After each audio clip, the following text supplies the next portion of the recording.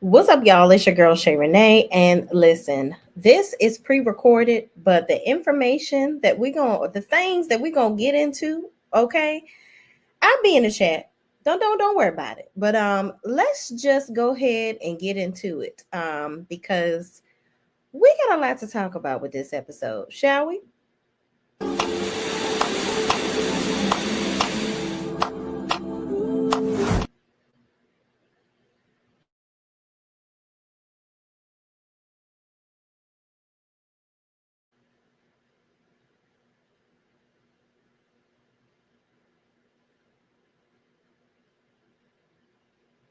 I don't know if the intro playing or not, y'all.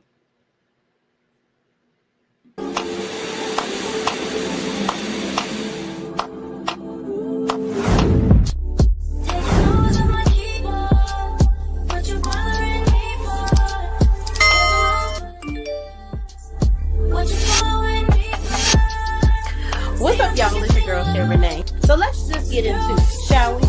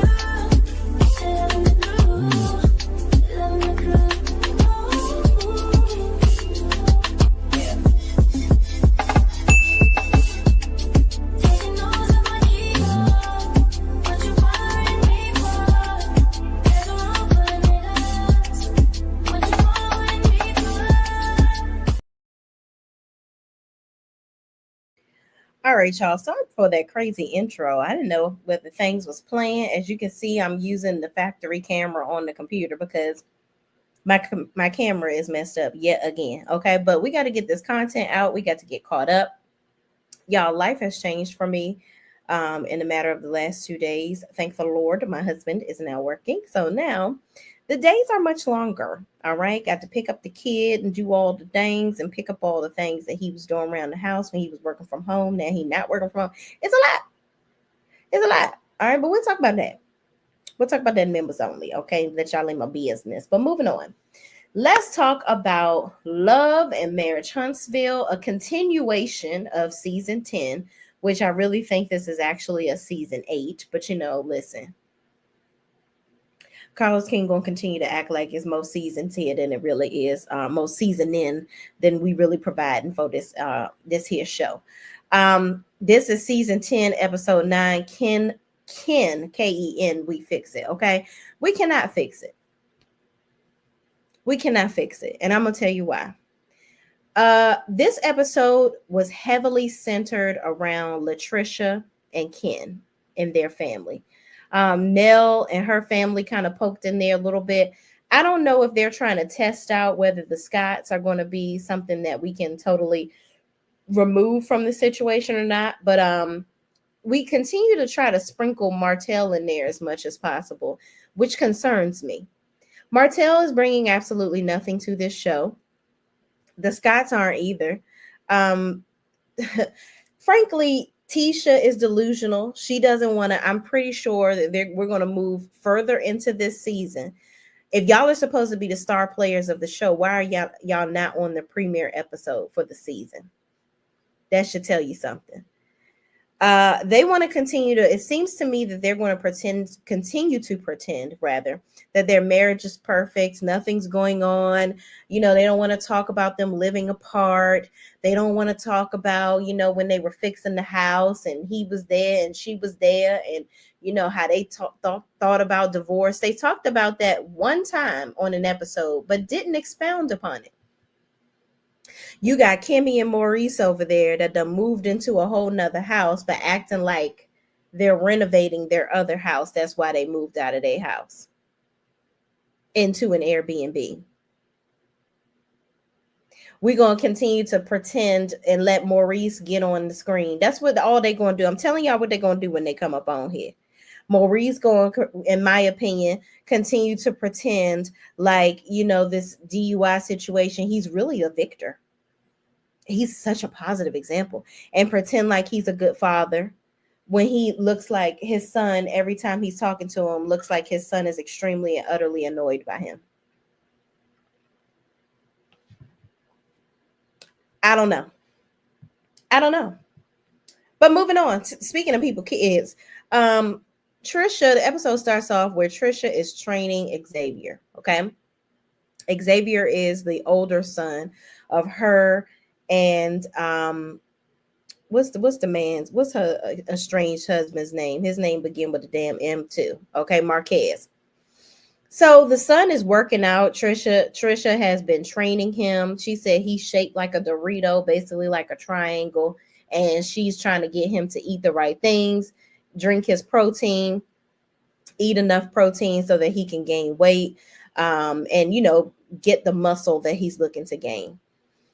I'm gonna say this before we get into this scene in depth. This young man is very, very intelligent. This young man is very emotionally aware. And having parents like Trish and Marquez, I am extremely shocked. Extremely shocked, especially with him being a young man. Now, he sits down with Trish and basically lays it out to her that, listen, Mom, I don't want to become depressed. And all the arguing between you, my dad, Ken, he says, I appreciate everything that Ken does for me.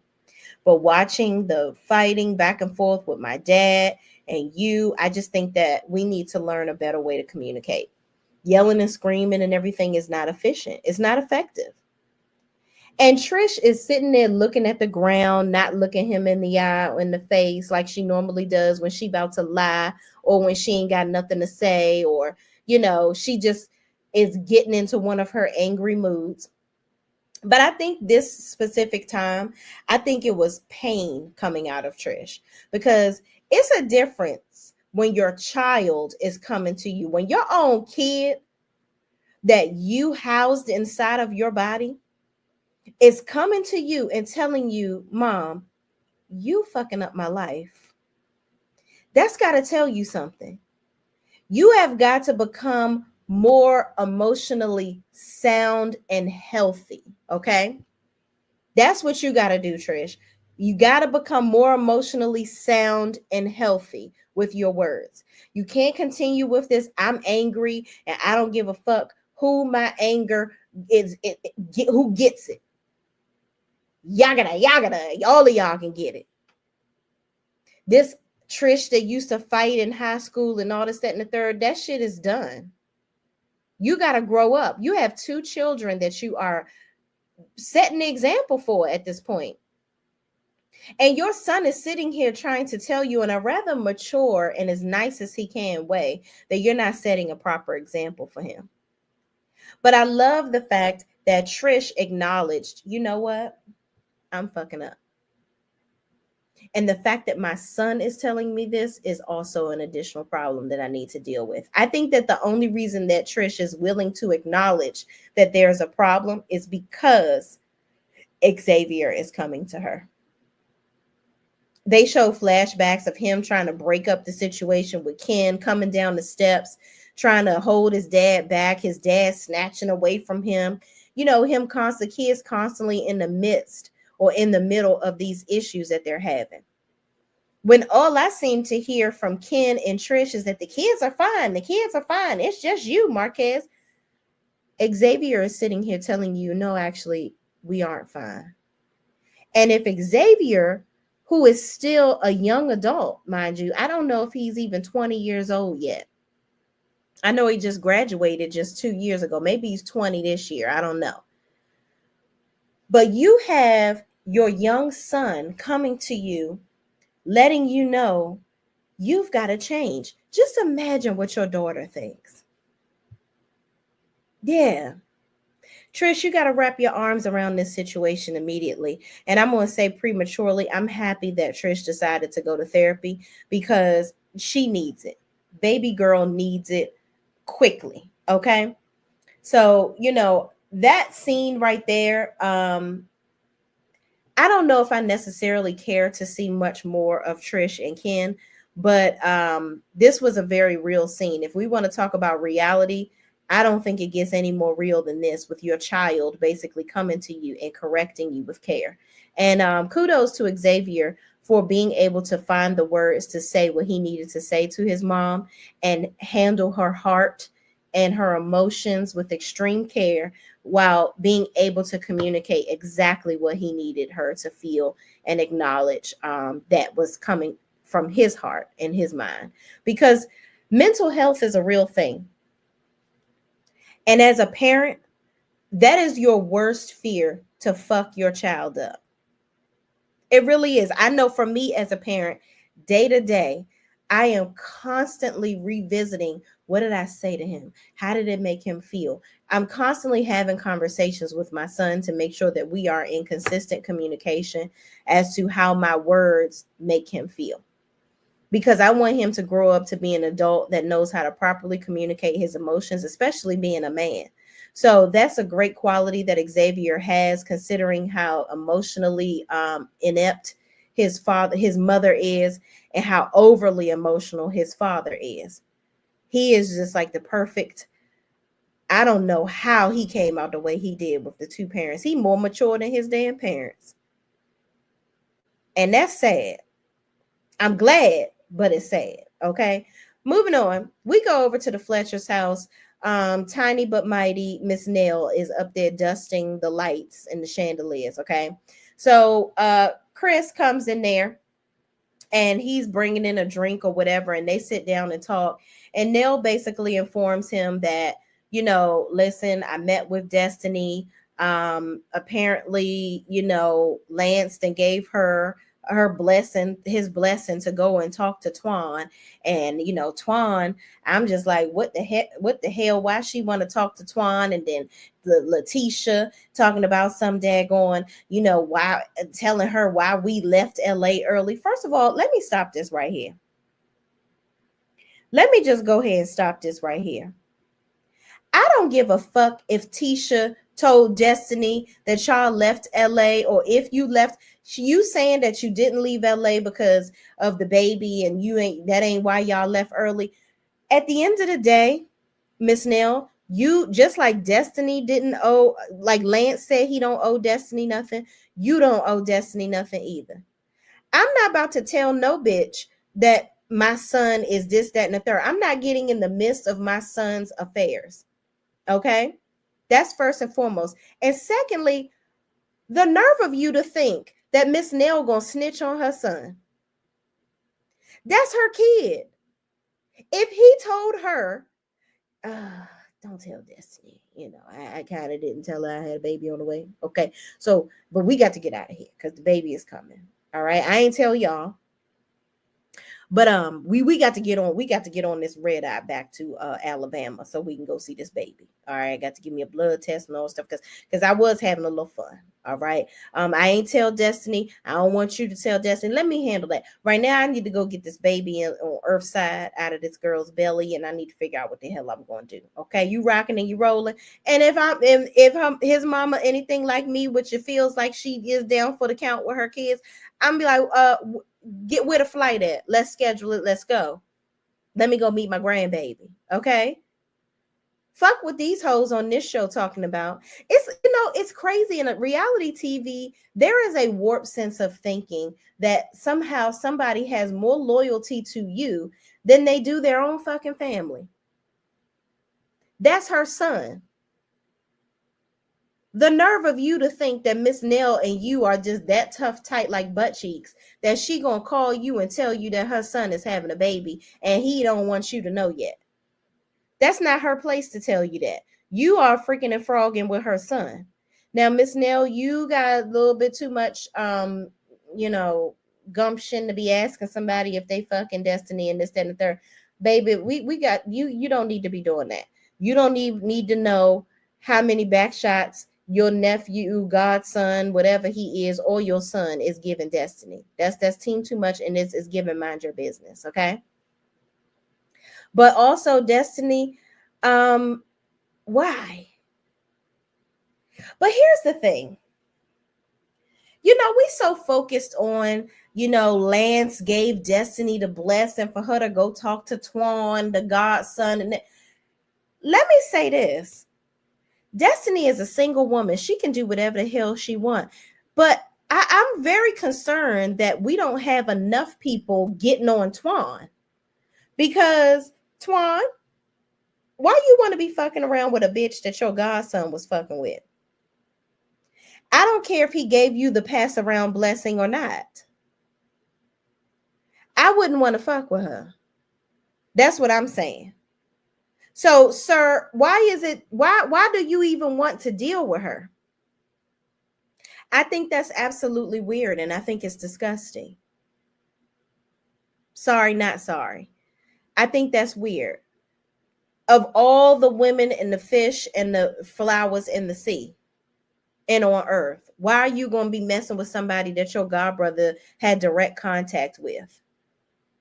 And Destiny, it's giving you need a storyline, because mind you, baby girl, you too old for this shit. You in your mid 40s at this point, and you fucking around with these barely 30s ass niggas. Like you at least 13, 14 years older than these dudes. I don't know why you want to visit Cougar Town so quickly, but girl, it's not cute. It's giving desperado. But you like it, I love it, because you're just gonna do what you want to do, girl. But moving on. So in the next scene, we got Destiny sitting down with Twan. Okay. She talking about this a business meeting. She's talking to Twan about him guarding her body. I'm not even gonna play with you right now. I don't got time for this. I don't got time for Destiny. Destiny, why the fuck do you need a bodyguard? What exactly are they guarding? Your ass is broke. You ain't got shit that nobody want. You have the worst, nastiest attitude ever. What did you need a bodyguard because somebody want to whoop your ass? I don't know.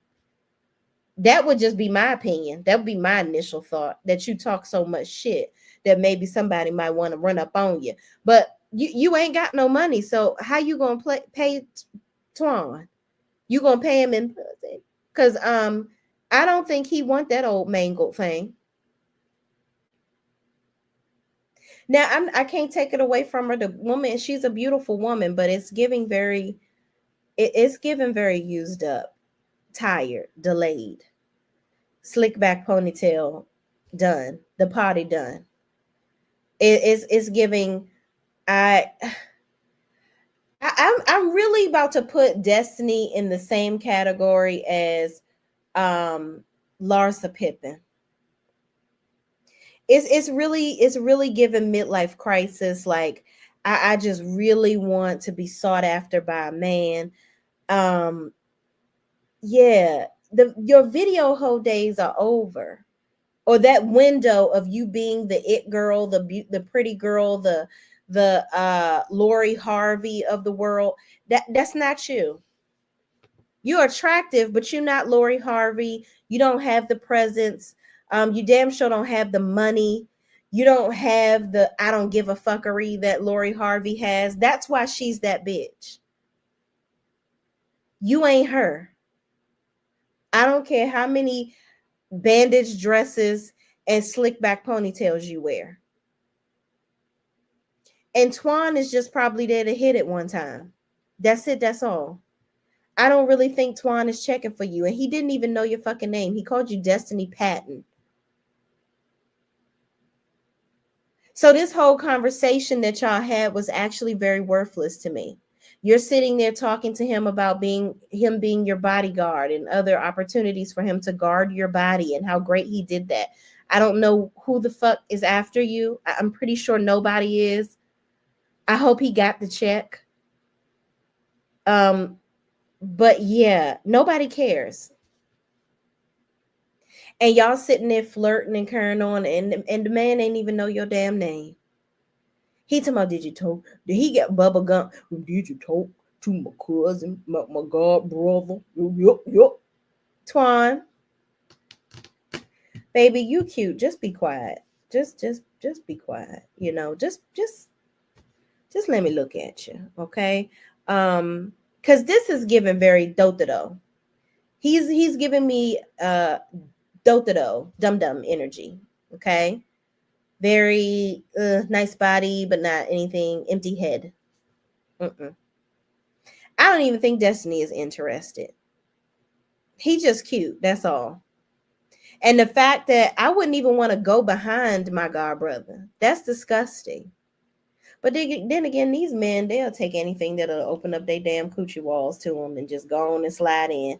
So anyway, whatever. If that's what y'all gonna do, that's what y'all gonna do. Go and talk to each other. But yeah, I want everybody to be more concerned about Twan wanting to be with Destiny than Destiny wanting to be with Twan.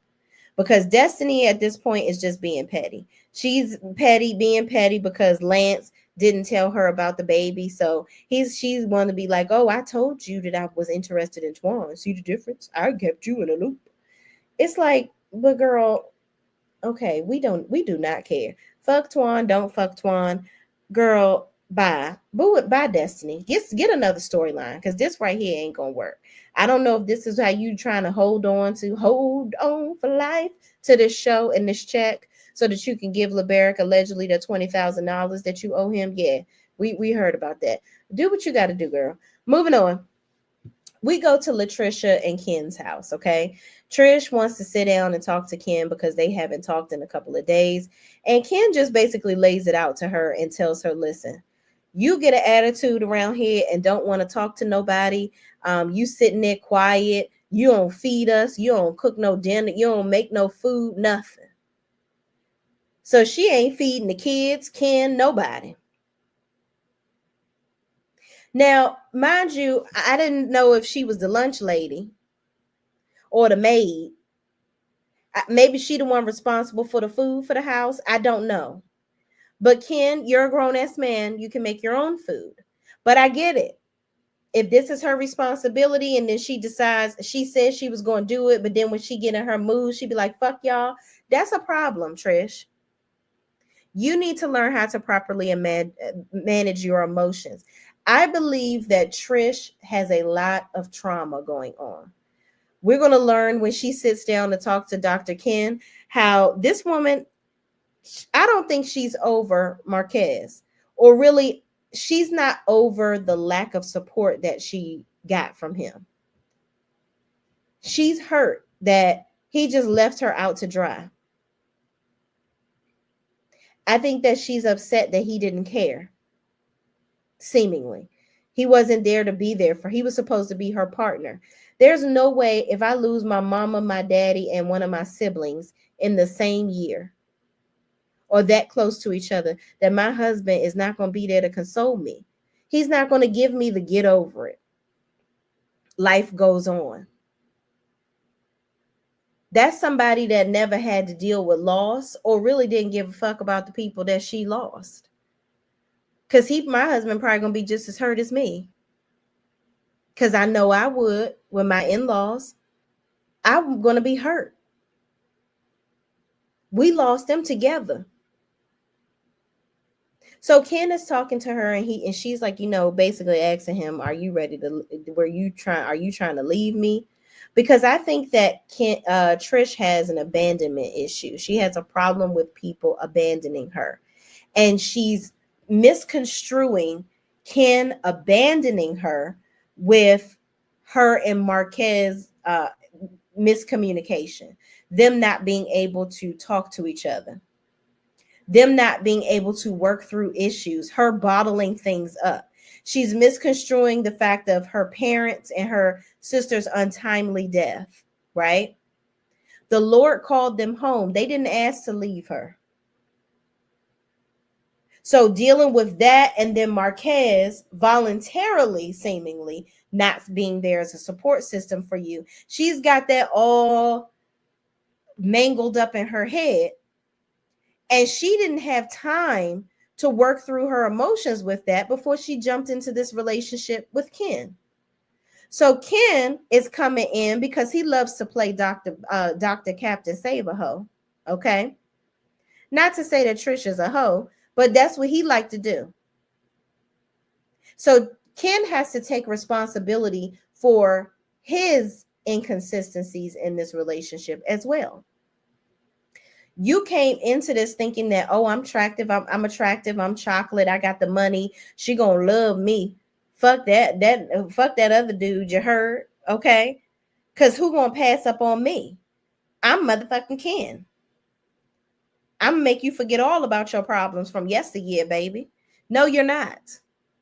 Just because you coming in and providing, and ain't nobody gonna convince me he coming in there and laying it down. I'm just gonna go ahead and tell you that, because that's why this woman is still cooing over Marquez.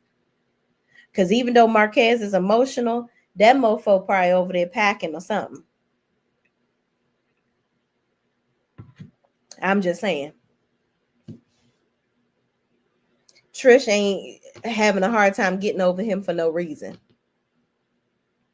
So Kim basically says, I'm not about to go through another 6 months of this. I'm telling you right now, you asked me if I was, I wanted to leave. I do want to leave. I absolutely want to get out of here. And I cannot go through. I'm here. I'm trying to stick it out, but you need some help. He basically told her she need to go talk to somebody. Go see the lady or the man, Dr. Ken. And Trish is she was making excuses for her behavior at first, because I think that Trish felt like Ken is supposed to continue to evolve. He's supposed to just walk on eggshells around her foolishness. He's supposed to just deal with it and just, okay, I'm a scorned woman, I'm hurting, so what? Fuck your feelings. Work around my shit. When Trish don't realize those are, in reality, those are not his children. He doesn't have any obligation to be there with you. And if you want him there, you need to treat him like you want the man there. I don't know what to tell you, Trish. But this behavior that you giving off, it's not giving all that it was supposed to have gave. You need some help. You need some grief counseling. You need to deal with those issues that you have floating around in your head, and those different anger, all that anger that you got built and pent up inside of you. You need to release it in a positive manner and not on your family and your boyfriend. Okay? Moving on. We go on over to the daycare. Nell is there, and this was a pointless ass scene. It was just a scene for them to get Martell on camera so he can earn his little piece of check. Okay, that little check. They ain't talking about shit. Lance is there. He about to paint. I saw a lot of people on Twitter talking about he at a landscaping company. Why is he painting? He has a construction business as well. He does landscaping heavily in the summertime because, that's when that's prominent. But he has a construction company as well. So he does builds, new building, construction projects, painting, all those carpentry type stuff. Okay.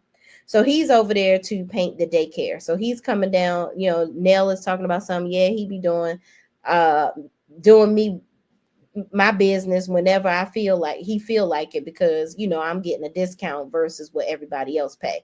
But that's how it always is. You put off your family's projects and go and make the money from the people that you don't know that's going to pay you like you need them to pay you. So Martell comes in here, which for why? So Chris says, oh, this is the right place. He talking about something. Oh, I was just driving by and I saw your cars. No, you wanted to come film. You knew to come there. So anyway, he tells Chris Fletcher makes a joke saying, oh, funny you coming into a daycare, especially after you had this conversation with Marceau. So Martell talks about his conversation with Marceau and how they agreed to move forward and, bury the hatchet, just be respectful to one another. They ain't got to be friends, but they'll just be respectful. Whatever. So then they go into talking about Ariana and Letitia or whatever, Gatormouth. I just feel like they are doing their absolute best to say her name as much as possible. They meaning Martell. He want to say her name so bad. He's been saying it over and over again. And shout out to Millichan. She is so funny. She did a video showing how Martell had on some hoodie with Gator Mouth's him and her picture on it. Carlos, just go and bring the winch on the show. You're constantly setting it up to show us that she's going to come on the show. Just, whatever. But this whole scene right here was absolutely pointless to me. They supposed to be getting the group together. I guess this was also a scene to let everybody know that they're going to get the whole group together to have some fun and, have like an adult fun day amongst each other. Whatever. Moving on. Moving the freak on. We get to Trish going to a therapy. Okay. So this was a great scene for me. Very long for my liking to be seeing her, but very much so needed. I loved Dr. Ken's approach with her. How she says he explained to her, because Trish in her sit down with Dr. Ken works to break down her walls and her barriers to get her comfortable with him. He thanks her for coming, thanks her for trusting him with, listening to her deepest, darkest fears and how she wants to move forward and this, that, and the third. So she talks about the loss of her father, her mom, and her sister. Her dad, she explains how he was this very, militant, very strict. She loved that about him and she wants to be like him. She talks about how she was very close to her father. So it really, really hurt her because her father was like her best friend. Then she talks about, how her sister had died in her arms, and then her daughter, I think the daughter walked up on the situation or something like that. It's just a lot of traumatic things that Trish was talking about that she had to deal with. And then she brings all of that full circle to Marquez. She talks about how he was supposed to be the person that was there to support her through all of the things that she was going through. And he just ended up being another issue. They just couldn't get on the same page. And that's just very unfortunate. And it's super, super sad. I think that Trish was looking for that supportive partner, that supportive husband figure in Marquez. Like, I feel like he was just another, in her mind, he was another barrier. And I think that because he wasn't there for her in the way that she expected him to be, he became another loss for her. And I don't think that, in my opinion, I don't believe that there was a discussion on how she needed him to be there for her. And honestly, I don't even think that Trish knew how she needed him to be there for her. Because losing that many people that are close to you in such a swift amount of time, like back to back to back like that, I can't imagine I would know how to let somebody support me either. It will be something that we both are learning together. I feel for Trish in this moment. I think that this scene right here is the most emotion that we've gotten out of Trish. And I'm not saying that we want to see these reality TV stars just totally unraveling and crying on TV and this, that, and the third. I just know that from day one of her coming on screen, she's had this pent up anger and emotion inside of her. And it was just so, like, it was like oozing anger out of her. And it was so obvious that we could feel it through the TV. We could feel it. The audience could feel it through the TV. That's how bad it was. That's how sharp it was. Trish is a liar. She's done some things. In my opinion, she's a liar because she's done some things to deal with her anger. I think that with her anger with Marquez, she was so upset with him. I think she started cheating on him because she didn't respect him. She lost respect for him because he didn't pick her up. He wasn't the wind beneath her wings. He wasn't. He didn't pick her up when she fell. And I think she began to resent him for that. And instead of him figuring out, man, I fucked up, and saying, I'm sorry, and trying to do better, he left her. Left her with the kids. So now she was forced to move into picking up the pieces of her life while trying to raise 2 children. So she needed support. Here comes Ken. It was helpful that he's a nice guy and he wanted to come in and he wanted to be the knight in shining armor, but she just wasn't that into him. No matter how attracted she was to him, Trish wanted Marquez. Trish still wants Marquez. She does. That's why she's dragging out this divorce. That's why she can't get over it. She just simply can't get past the fact that this man treated her this way. This was my high school sweetheart. This man, this is, as my friend T says, this was the Curtis that was supposed to love me. But he didn't. At least not the way she needed him to. And that's sad. A part of me really feels for Trish, but I also don't really care to see more of this. I don't. Trish needs help. I think that the type of help and assistance that she needs, it needs to be done and handled off of the camera. And that's just my 2 cents.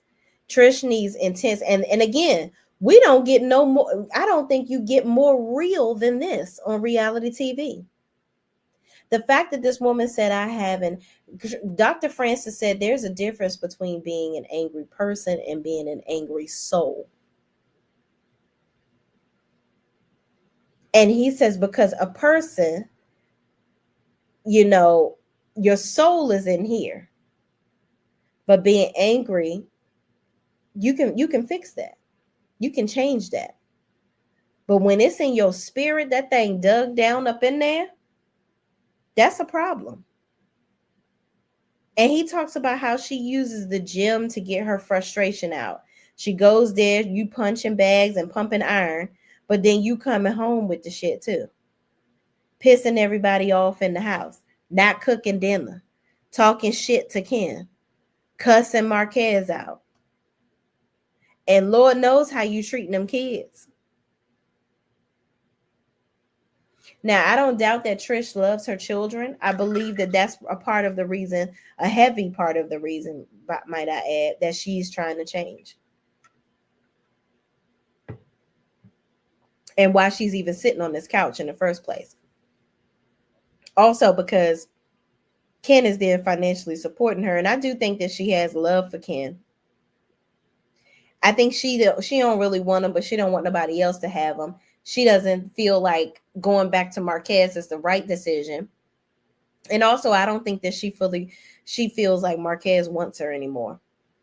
So she's trying to cope with the life that she does have. It's a lot going on in Trisha's head. She needs Ken. She's comfortable. Let me say this. She's comfortable with the life that Ken can help aid her in. She doesn't have to stress as much about the bills. She doesn't have to worry about so many things. She has support with her children. She don't have to wholeheartedly depend on Marquez. She needs emotional support. And Ken is a muscular punching bag for her. But Ken is tired of it. He's tired. He's like, I think Ken, the only reason he's dealing with it, because I think Ken likes the attention of being on this TV show. I remember somebody was saying Ken did some Tyler Perry stuff before. I think Ken wants to act. He wants to be on TV. He wants to be seen.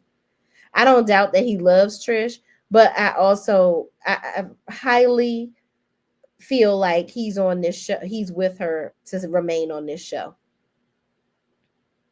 Because the way his friend done told him that you are basically a damn sourpuss and you should have left this alone a long time ago. I feel like Ken would have done it if it wasn't for this TV show. But that's it, y'all. I feel for Trish. Trish, continue to get the help and the support that you need, sis.